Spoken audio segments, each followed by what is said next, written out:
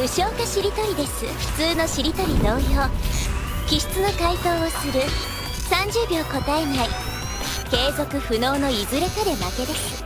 そして何より具象化しりとりでございます。